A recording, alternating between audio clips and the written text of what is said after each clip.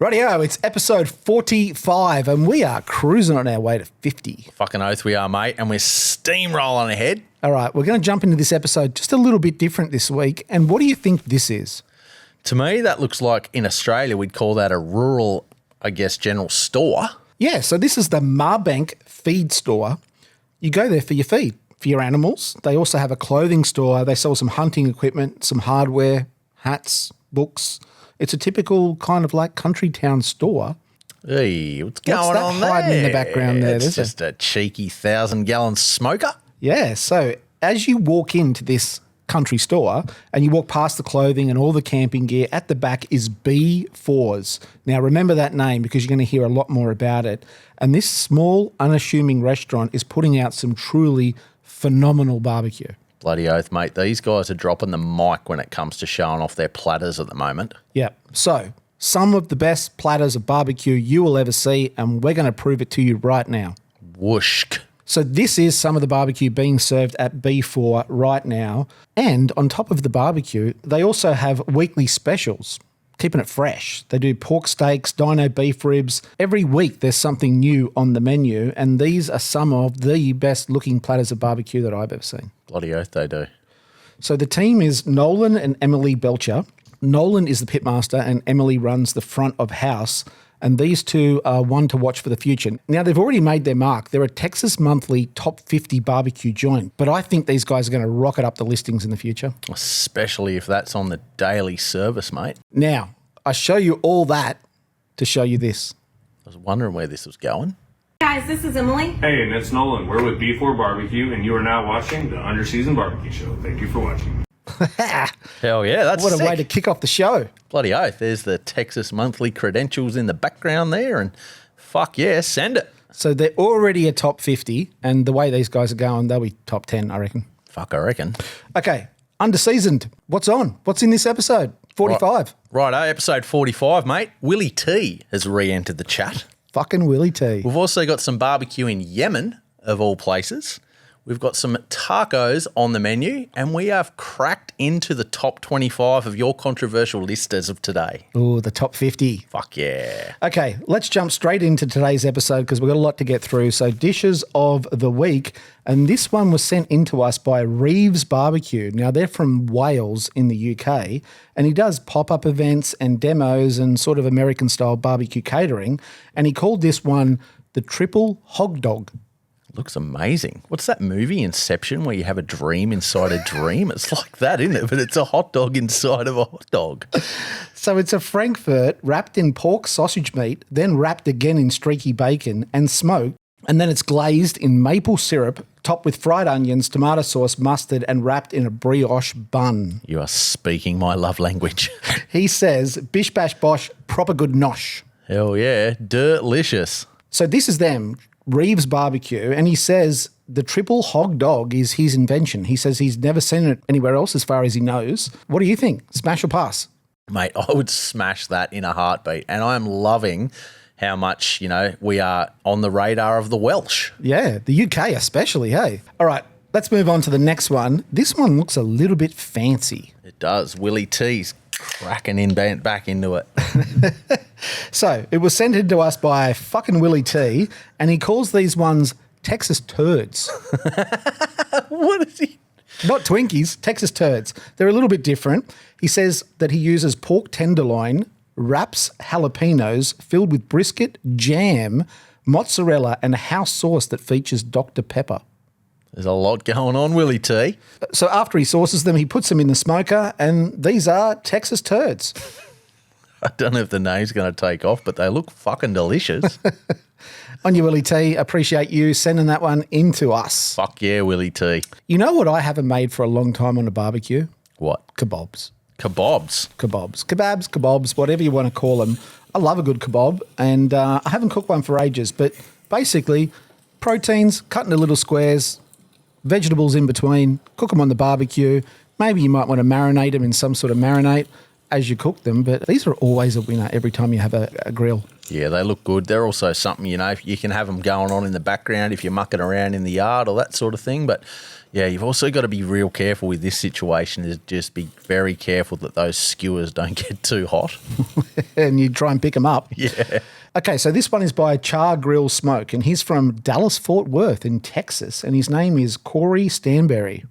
Fuck yeah. There's a good meat to veggie ratio there. I'm happy about that. They look really good, don't they? Bloody oath. So what we're looking at here is chicken thighs with red onion, Cosmos Q Dirty Bird, and sweet chili sauce. And the other one there is a bacon-wrapped asparagus with Heath Royals garlic butter.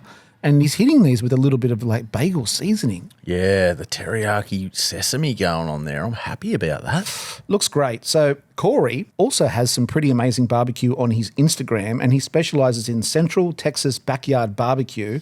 And this is another dish. It is double smash patties, crunchy pickles, fresh lettuce, and a smoky roasted garlic and jalapeno aioli. Yes. Yes. Yes, please. If someone asks you what you want, yes.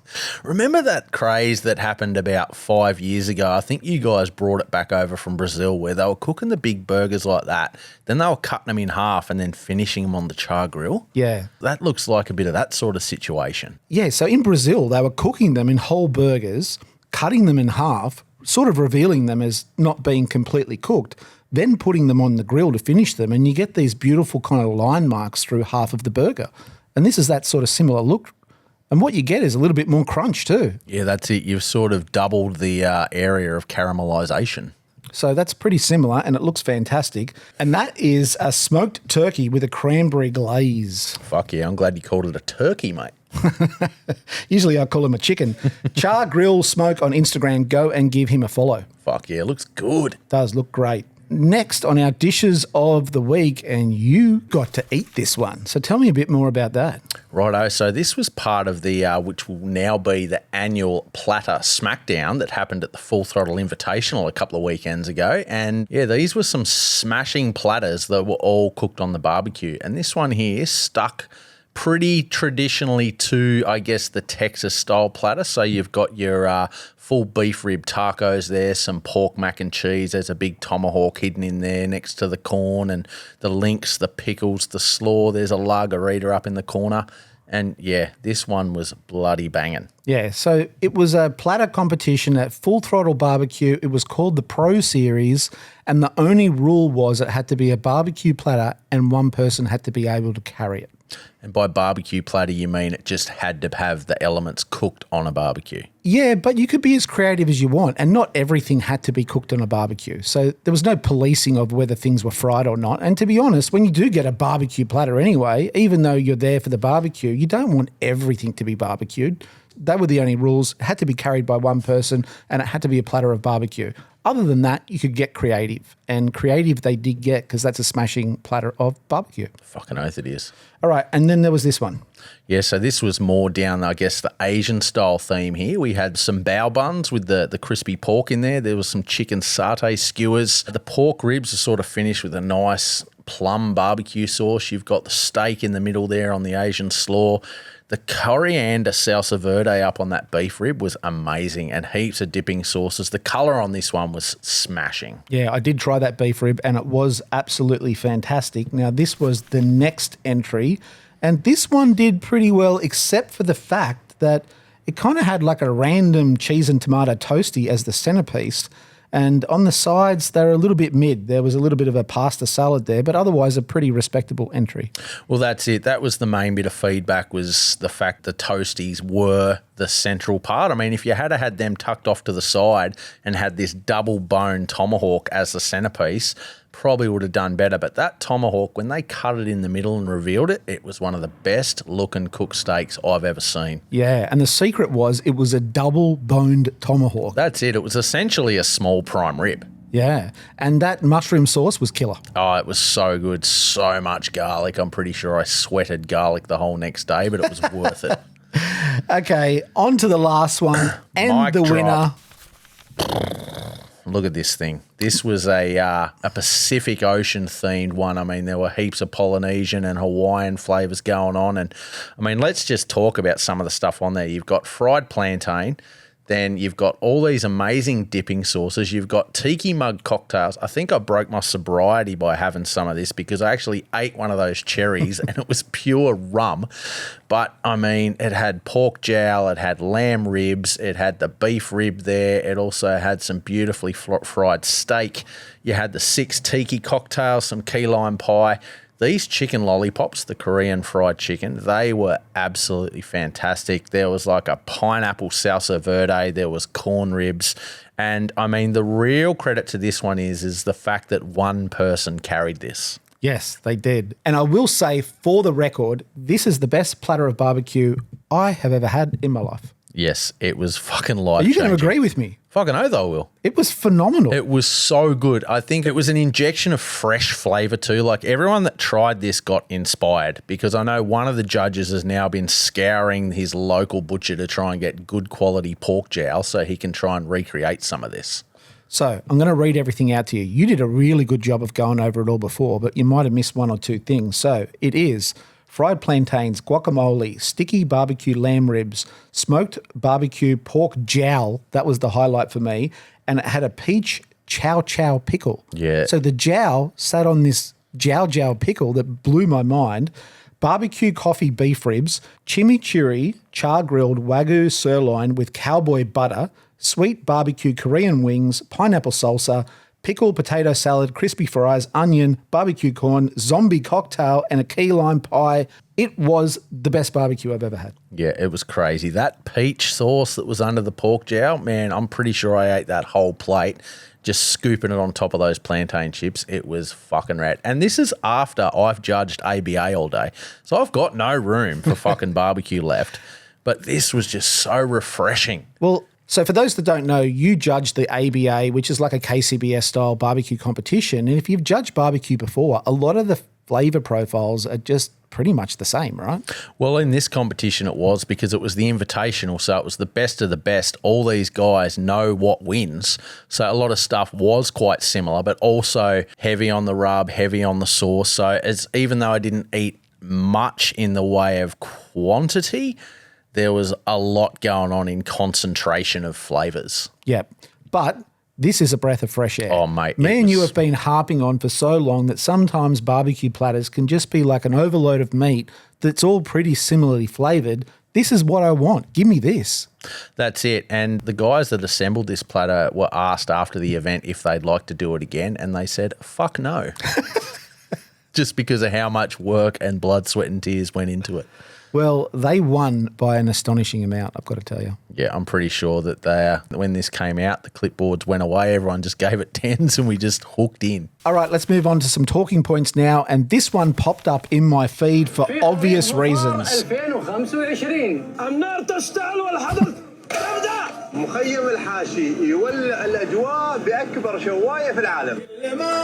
Okay, I have no idea what he's saying here, but this looks like the world's largest Ferris wheel for chickens. Fucking hell, bro. Imagine having to set that up. It's absolutely massive. It was located at the Al-Hashi camp in Yemen. Yeah, right. I think the translation was a bit hit and miss, so I'm not sure if that's how you pronounce it, but basically they set up camp somewhere in the middle of the desert in Yemen, and they have built what looks to be 3 or 4 humongous Ferris wheels of chicken. Yeah, so the biggest one there, it goes underneath the live fire smoke at the bottom. Then you've almost got the kebab-style heat lamps, and then it gets a nice coating of sand and dust at the top. So credit to Zachariah Alamari for the video here. At first I was like, same as you, that's never going to cook, right? There's a heat source at the bottom, but you spotted it. There is actually on the sides, when you look closely, there are stacked broilers that look like they're kebab broilers. They actually are sort of cooking the chickens as it goes around this huge Ferris wheel, but also on the sides here too of those gyroscopes. Yeah, fuck yeah. So, got me thinking, right? This is next level, huge, big Ferris wheels and gyroscopes, you know. But I've seen all this stuff before, right? I saw this this is 2019. It's a pork Ferris wheel by Roberto Ravioli, and it was in Brazil at Trascada. Obviously a lot smaller than the one that we just saw, but a Ferris wheel of meat nonetheless. And these gyroscopes that you also saw in the last video, they were invented by Marcus Levy in 2022 in Brazil. So it got me thinking, who invented these first? Was it the guys in Yemen or was it the Brazilians? And I went digging a little bit and I found this video, and let's watch it. And yeah.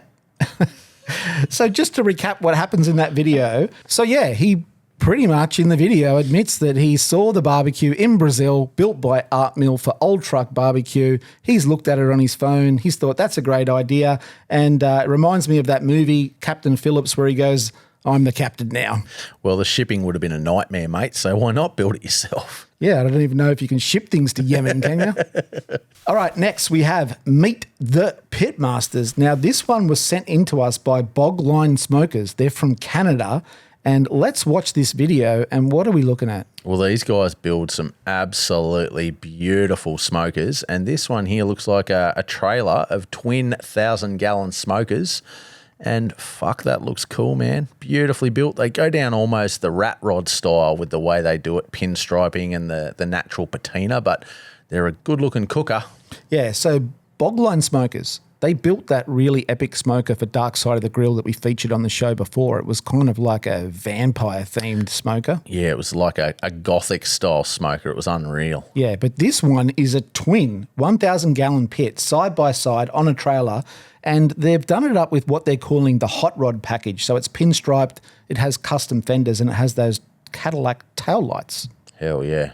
It's a cool looking smoker, hey? Fucking oath it is. Now you got to keep it clean. So ironically, at the same time, Jason Strahm jumped into our DMs and he works at Kyle's, which is the restaurant that smoker was built for. And he reached out to us. This is a photo with him and ironically Mel from Dark Side of the Grill. And he sent us a ton of photos of this pit. Now they're separate pits. They're called Lucy and Lou. They're both next to each other on the trailer, but that firebox looks really insulated, doesn't it? It does. And do you reckon that you can only open one side at once? Like, you reckon them counterweight to bang together, or has he got the maths right? Ooh, that's a good, interesting point there. I don't know the answer to that. If you know, let us know. Jason says, Kyle has such a passion for Texas barbecue, it's infectious. He goes, he travels to Texas once or twice a year to learn, and then he brings it back. We soak it all in, and he teaches us proper Texas-style low and slow barbecue. Fuck yeah, he's got the gear. So he also says he was a vegetarian when he met Kyle. Now he's a full-blown carnivore. He said there's no going back. So this is one of their platters. It's brisket, beef rib, wings, jalapeno cheddar sausage, pork rib, and a Texas Twinkie. Looks fucking good. And this is another one I dug up on Kyle's Instagram. So the barbecue looks legit. So good quality American-style barbecue, Texas-style barbecue in Canada. And this is the owner, Kyle. The restaurant's called Kyle's Fried Chicken and Barbecue. Hell yeah, he's got the Ernest Cervantes brisket shirt on there, so he's been inspired. The Interstellar hat over there. So he's obviously learning from the big dogs. The name reminds me a bit of, remember the old Sam Jones good-ass barbecue and foot massage? He says they're a pretty small shop. We've got a tight crew, just 7 of them. He says he's been in the culinary world for 18 years, but doing barbecue for the past 10 years. So pretty cool looking crew of pitmasters there. Yeah, that's a good amount of time too. He says our focus is Texas-style barbecue, but we throw in a few nods to the Carolinas. I honestly think our brisket holds up to most Texas barbecue joints, and our maple, gochujang, pork belly, burnt ends are pretty incredible too. Sounds bloody awesome.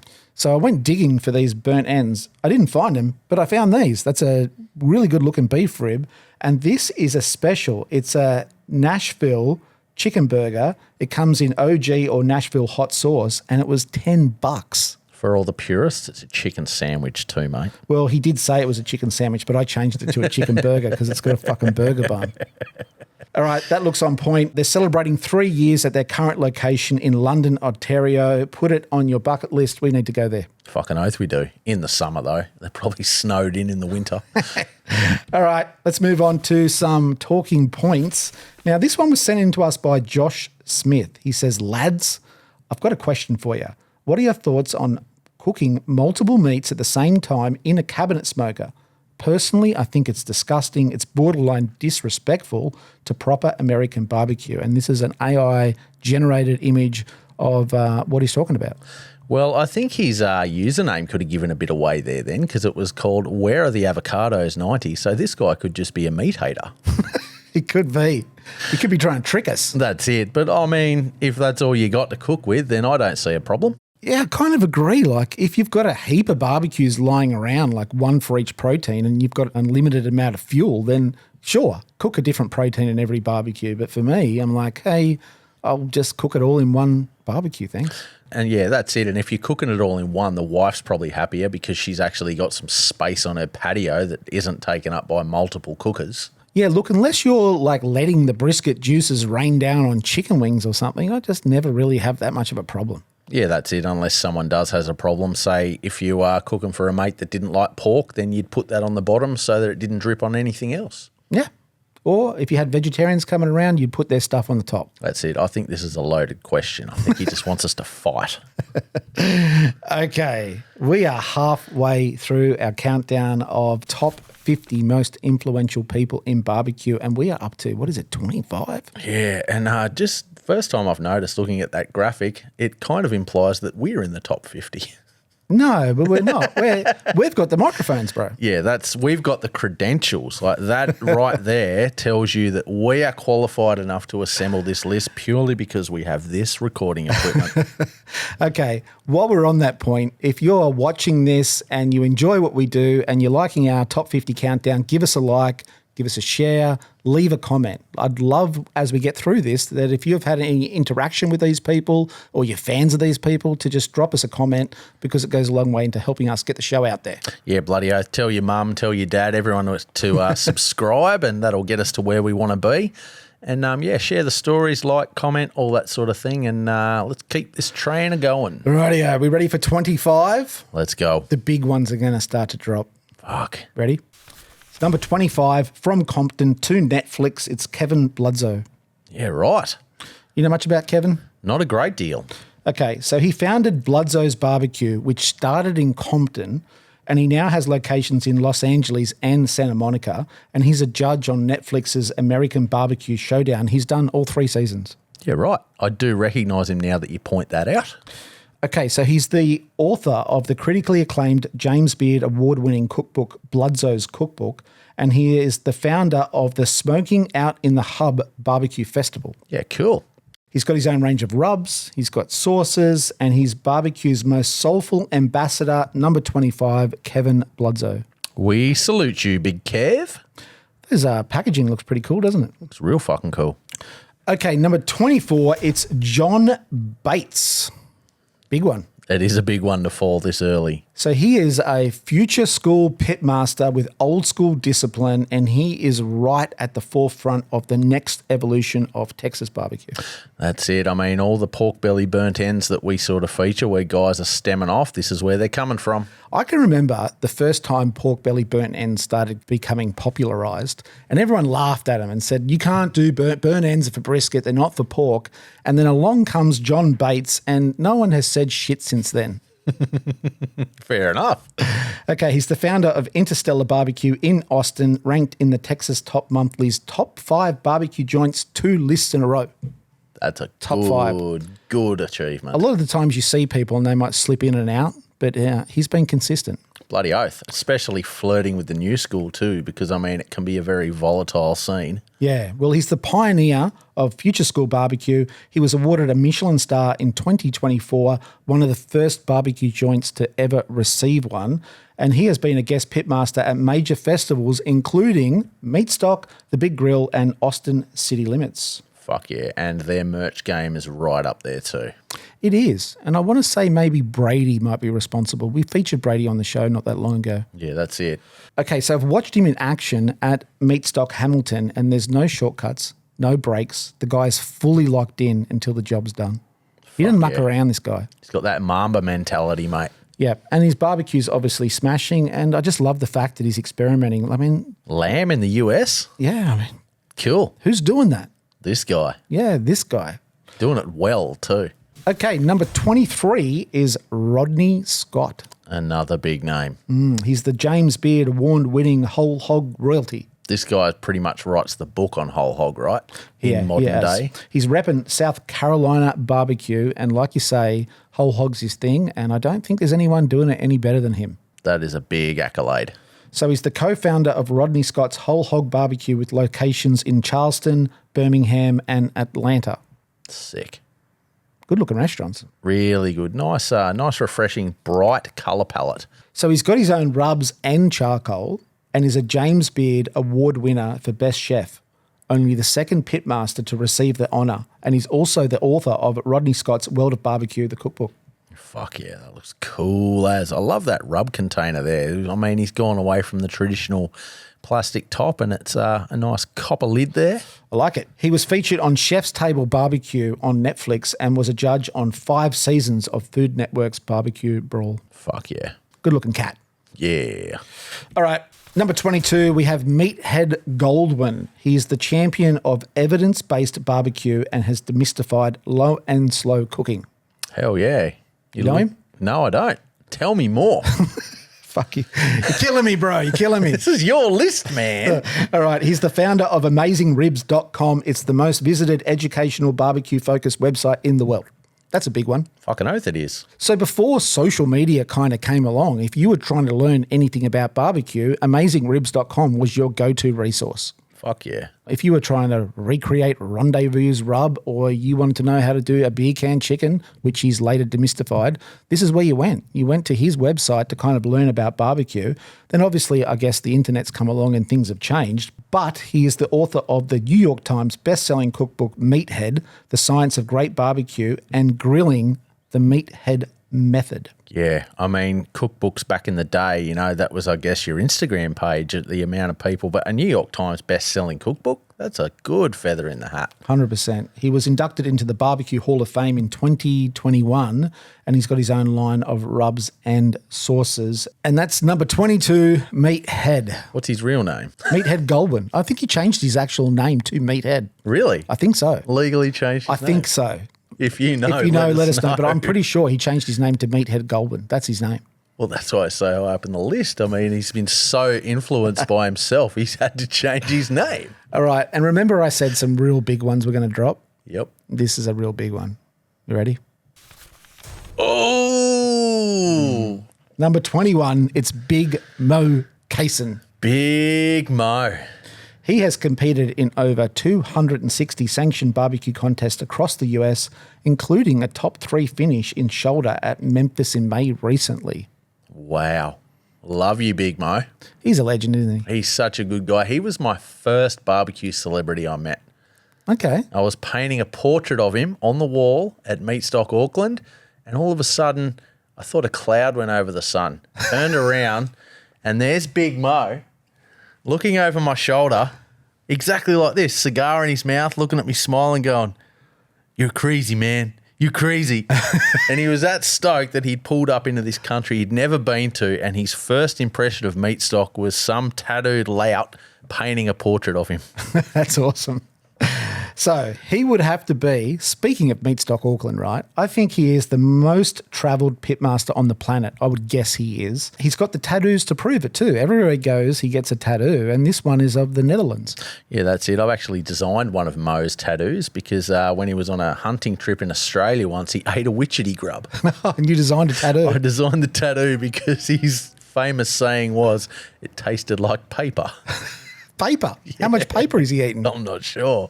Okay, he's been a judge on hit TV shows Barbecue Pitmasters, Smoked, and Barbecue Brawl, and he is the host of his own show now called The World of Flavour with Big Mo Kaysen on National Geographic, and he's the author of his own cookbook, Big Mo's Big Book of Barbecue.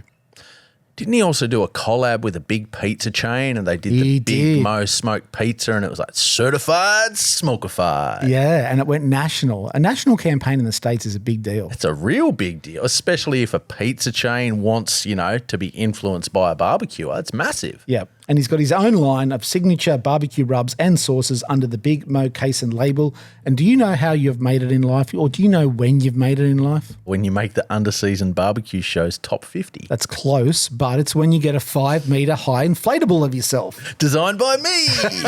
So that's pretty cool. And that rounds out our top 50 for today. That's it. And Mo Cason has the best eyewear in the game. He does. It's a really specialty company, and I want to say they're based out of Australia. Yeah, I'm pretty sure he gets them all fully customised, and he looks fucking cool. All right, so he oozes cool, this guy. Sure does. All right, what a legend. Mo Cason, number 21, and next week we start with 20. Wow, they were some big guys to fall out, but it just means that the caliber of our top 20 is pretty insane. So stay tuned for that. Let us know. What did you think of our countdown so far? We're 30 through, right? Bloody oath. Okay, moving on to some mailbox, and we were given some sources. Yeah, bloody oath, You've got them mate. behind you. Yeah. Yeah, so the Frankies, a good mate of mine, Scott, that I grew up with in Tassie, his brother owns a restaurant in Fitzroy called Frankies, Turds and Tartars. You and I went there one time when we were in Melbourne, spontaneously. We were looking for spray paint so that I could paint the mural at Meatstock. And I pointed out this taco shop, and you were like, we don't have time. We have to get back to see Adriano. I went into the paint shop, bought the paint. You came in with a smile and said, we've got time for tacos. We went in there, and you reckon they were some of the best tacos you've ever eaten. They were. And you know what? The funny thing is, I went to Mexico last Christmas to kind of confirm whereabouts my taco journey was up to. And these can not only hang, but were probably better than anything that I had in Mexico. Fuck yeah. But yeah, good mate of mine, Scott, he sent me the sauces. We're going to fang them on some taco-y goodness later. But yeah, these guys do awesome collabs. Fast Time Skate Shop, they always muck around with them. And if you're in Melbourne, get to Fitzroy, go to Frankie's Tortoise and Tacos. You will not be disappointed. Did I just hear you might have slipped in there that we're having tacos for lunch? I sure did, mate. All right, I'm excited about that. This is tattoos. That's a big smoker tattoo. On the menu, right? Come on, I'm ready. I'm hungry. What is this? Righto, mate. I like to call this size one pan midweek dinner. Okay, this is a regular thing for you? It's when I can't be fucked sort of thing. All right, so this is a size can't be fucked dinner. All right, run us through what's happening. Okay, so we've chopped up some capsicum, we've got some zucchini, got some red onion, and we've got some jalapenos all chopped up into bite-sized pieces. We've got some whole cherry tomatoes, and what we've done is we've made some little chicken tenderloins, and I've thrown them all into a freezer bag, added a little bit of olive oil, and a heap of Steph the Maori's rub in there because it was it's always a winner, this one. Shaking it up in the bag. Now, what you can do with this bag, you can get this ready the night before and have it essentially marinating in the fridge overnight. I've also added a bit of garlic and some fresh oregano just for a bit of extra spice. And what I've done is I've got the Traeger smoking away there. We're going to set it up to about 360 Fahrenheit. Now, this is me. You spilled half of it on the top of the tray. Trying to hold the camera while also trying to pour the mix into one pan. And the real winner of this dish is the way we finish it. So we get it all in the pan, all the meat and the veggies are in there, but then we chuck some frozen chips on the top, mate. What? Frozen chips. In the smoker? Yep, on top of the dish. So the chips, there we go. Chips on top, chuck it all in. Smoker's going to go bye-bye and cook our dinner for us. This goes in there for about an hour. So this has essentially been gotten ready the night before, midweek meal. You got to go shower the kids, do whatever you got to do. This is cooking in the background, and let's get it out. This is amazing. So just to recap, heap of veggies, diced, rub, olive oil, bit of garlic. Chicken, lamb, pork, beef, whatever you want to put in there. Put it in a bag, tip it on a tray, put it in the Traeger, but top it with frozen crinkle cut chips, bro. This is the best. Bro, it's so easy. So while this is happening, because I'm also cooking on a pellet grill, I've got heaps of extra time. So I can go out and finish cleaning the yard or doing what I've got to do, getting the girls ready for bed. And this is a fucking winner. Let's bring it out. I'm going to grab my stunt cam. This looks great. So easy, bro. So it's tacos. You're making tacos. Redneck tacos. Also got our avocado crema. And we've got a bit of sauce there. Yeah, mate. Let's hit some Frankie's hot sauce. Yeah. Let's do that. Let's go the Fast Times collab. We're going to go with the Spice Me Nice habanero hot sauce just because you love it hot, bro. Okay, make me one of these things. Tortilla. The old Dunkaroony. Oh, should have fucking...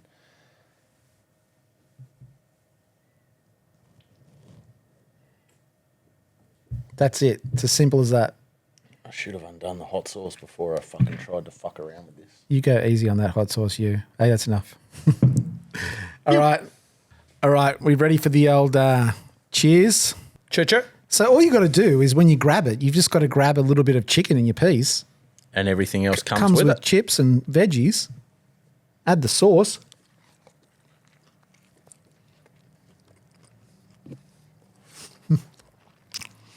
It's easy, eh? It's a winner. Winner, winner, chicken taco dinner. It's always a win.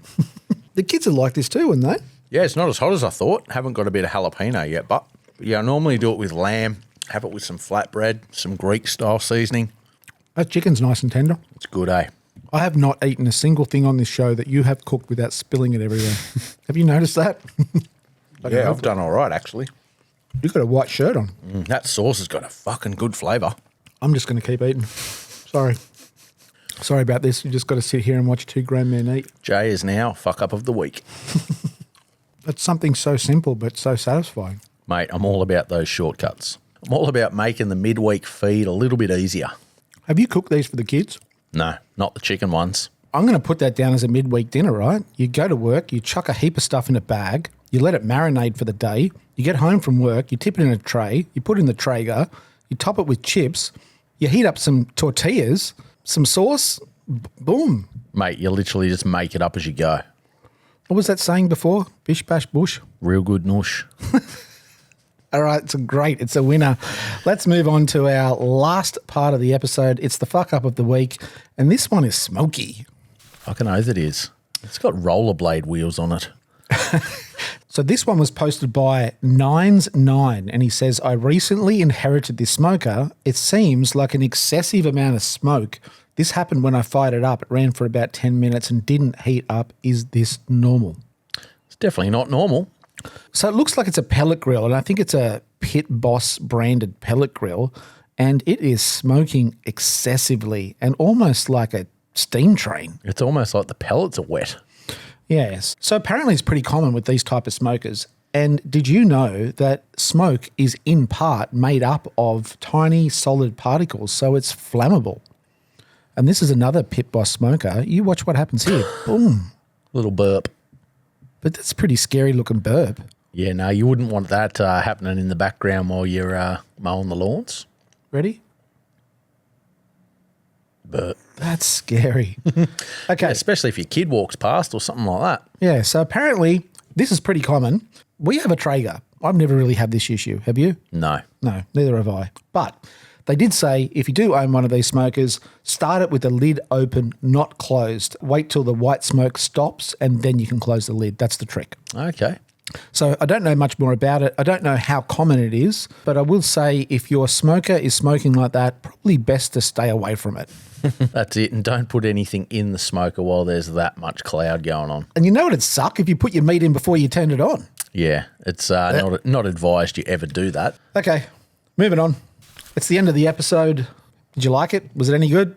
I think we did all right. 20, what did we go? 25 to 20? Yeah, bloody oath, mate. We've got the top 20 starting next week, and it's very much the pointy end of the season.